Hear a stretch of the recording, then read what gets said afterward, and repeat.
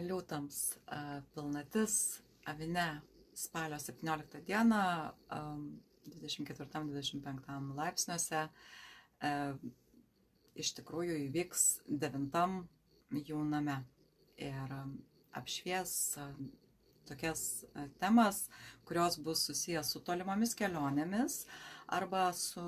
noru išmokti kažką naujo, praplėsti savo žinias. Tai bus susijęs su jūsų pasaulėžiūra, tai bus toksai prasiplėtimo momentas ir pilnatis apšvies jums, kurioj vietoje jūs norit ir planuojat prasiplėsti. Taip pat 9 namas yra susijęs su jūsų vyro giminėmis, dėl to tai irgi gali būti kažkokia situacija susijusi su jais. Taip pat 9 namas yra jūsų ilgalaikiai tikslai, tai ilgalaikiai tikslai, va čia greičiausiai ta avino energija ir suveiks, nes avinas skatina staigiai čia ir dabar, taip pat norėsis priimti sprendimą su jūsų kažkokiais planais į tolimą ateitį, bet reikėtų iš tikrųjų nepasiduoti tam impulsui, o suvaldyti save ir pralauk, duoti savo laiko truputėlį, apmastyti, ar tai pasigilinti į save, į vidų ir jo tikrai planuokit ir veikit, bet neveikit per šią pilnatį, neveikit impulsyviai. Jeigu tai gerai apgalvota ir turit detalų planą, tai tolimai savo ateičiai labai gerai, tuo labiau, kad per pilnatį Venera pakeis ženklą ir iš svarstyklių pereis į Skorpioną jūsų 5 name, o tai reiškia, kad tie tolimi jūsų planai gali būti susijęs su jūsų kažkokiu kūrybiniu projektu. 5 namas, o jūs liūtai, jūs žvaigždės, jūs valdot 5 namą ir čia į jūsų namą ateina Venera, jums iš tikrųjų atsivers kažkokios labai įdomios galimybės, kur hobis gali pavirsti labai pelningų projektų ir taip pat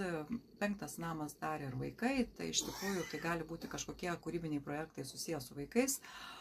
o atkreipdėmėsi reiktų į tai, kad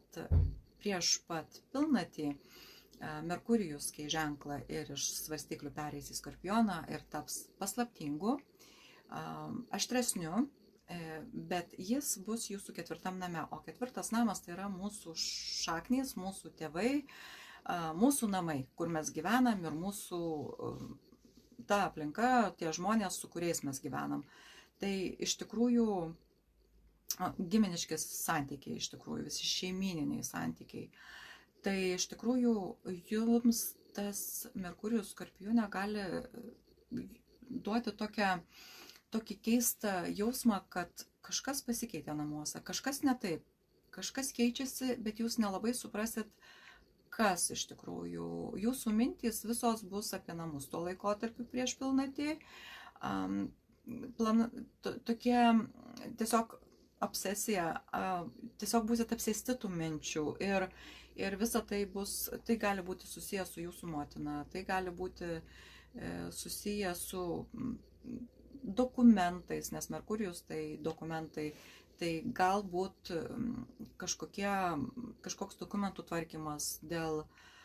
nekilnojamo turto, gal pirksite, gal pardavinėsite namus, nes tai Merkurijus dokumentai, bet Skorpione tai jūs slėpsit ir iš tikrųjų, kol Merkurijus bus Skorpione, nėra pats geriausias laikas naujų dokumentų pasirašymui, nes Skorpionas jisai mėgsta slėpti daug dalykų ir galit visko nematyti toj situacijoje. Dėl to palaukit iki lapkričio 3, kol jisai išeis į Šaulį ir ten jau bus labai viskas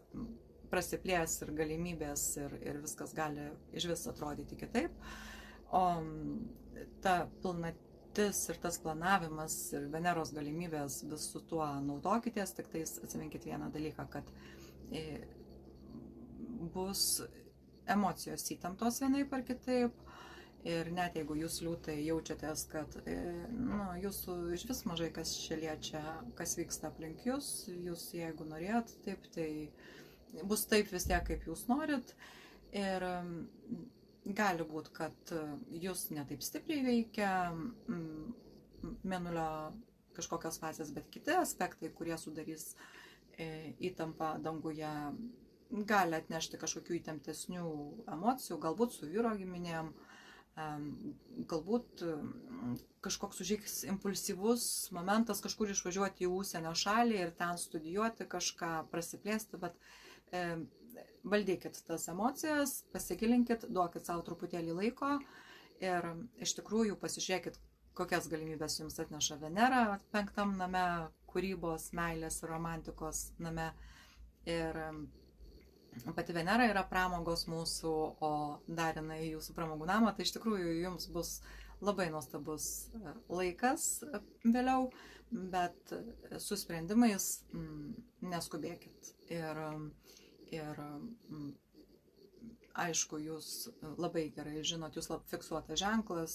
jūs labai išmušti iš pusiausvyros nėra lengva, jūs savo neleidžiat taip žemai krist, dėl to aš jums to ir linkiu ir tiesiog nepriimkit sprendimo išvažiuoti į užsienio šalį per pilnatį, duokit savo laiko, pagalvokit ir viskas paaiškės truputėlį vėliau, nors pilnatis yra kulminacija ir jūs galbūt jau pamatysit kažkokius pirmus rezultatus su veikla, kuri bus susijus nuo balandžio pradžios, kai mėnulis buvo, kai jaunatis buvo avine ir kur jūs atvedė dabar, kur jūs esat ir jūsų tie tolimi planai, jau gal jūs pradėjot tada regzti planus ir pradėjot pirmus žingsnius link to. Prisiminkit, kas vyko balandį ir iš tikrųjų tos energijos dabar apsišvies, jums labai daug kas paaiškės nuo to, kur jūs atsidūrėt nuo to laiko, ar jūs teisingoje vietoje ar ne. Ir tai gali irgi turėti šiokią tokią įtaką jūsų sprendimams, jeigu jums pasirodys, kad kažkas netinka.